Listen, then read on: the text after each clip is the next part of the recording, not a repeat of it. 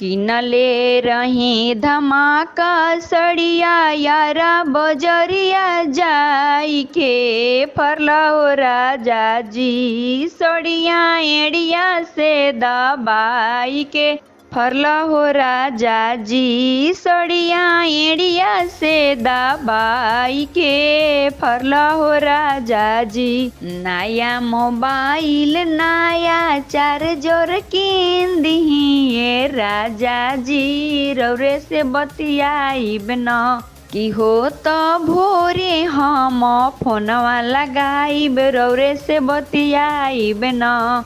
नया मोबाइल नया चार्जर किन दिही ये राजा जी रौरे से बतियाइब न हो कि रौरे से बतियाइब न कि भर राती हम रौरे से बतियाइब न। बाप महातारी के किनल सड़िया तहे तहे फरल ए मोरे राजा तहे तहे फरल ए मोरे राजा।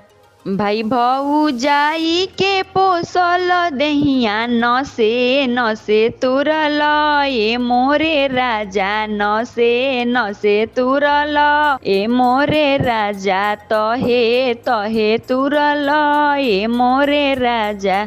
चाचा चाची के किनल चुंदरिया तहे तहे फरल ए मोरे राजा तहे तहे फरल ए मोरे राजा तहे तहे फरल ए मोरे राजा।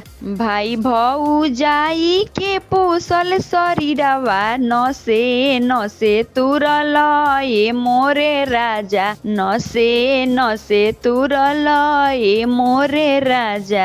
भाई भौजाई के किनल सड़िया तहे तहे फरल ए मोरे राजा तहे तहे फरल ए मोरे राजा। किनले रही धमाका सड़िया यारा बजरिया जाई के फरला हो राजा जी कि सड़िया एड़िया से दबाई के फरला हो राजा जी कि सड़िया एड़िया से दबाई के फरला हो राजा जी। किनले रही धमाका सड़िया यारा बजरिया जाई के फरला हो राजा जी सड़िया एड़िया से दबाई के फरला हो राजा जी सड़िया एड़िया से दबाई के फरला हो राजा जी।